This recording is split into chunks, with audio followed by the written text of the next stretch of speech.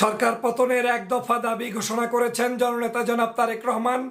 এখন আপনাদের কি করতে হবে, কি করণীয়, সে বিষয়ে আমি কথা বলবো। কথা শোনার আগে সকলে দ্রুত লাইভটি শেয়ার করুন এবং বন্ধুদের মাঝে সমস্ত জায়গায় পৌঁছে দিন। বাংলাদেশে যেহেতু ইন্টারনেট নেই, আপনার পরামর্শে, আপনার একটি সহযোগিতা, আপনার একটি শেয়ার পারে আমাদের সকল মানুষকে উদ্বুদ্ধ করতে। প্রিয় দেশবাসী, আপনারা জানেন বাংলাদেশের সকল মানুষের আবেগের একটি জায়গা ছিল যে এই ফ্যাসিবাদ শেখ হাসিনার পতন নিশ্চিত করা। সকলের একটি হৃদয়ের কথা ছিল ফ্যাসিবাদ শেখ হাসিনার কাছ থেকে যে কোনো মূল্যে বাংলার মানুষকে মুক্ত করা।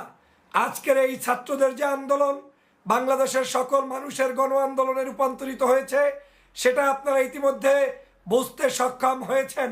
স্বাধীনতার পরে এ যাবৎকালে এত নৃশংস, এত লোমহর্ষক, এত অত্যাচার, এত জুলুম এইভাবে ছাত্রদের, সাধারণ মানুষের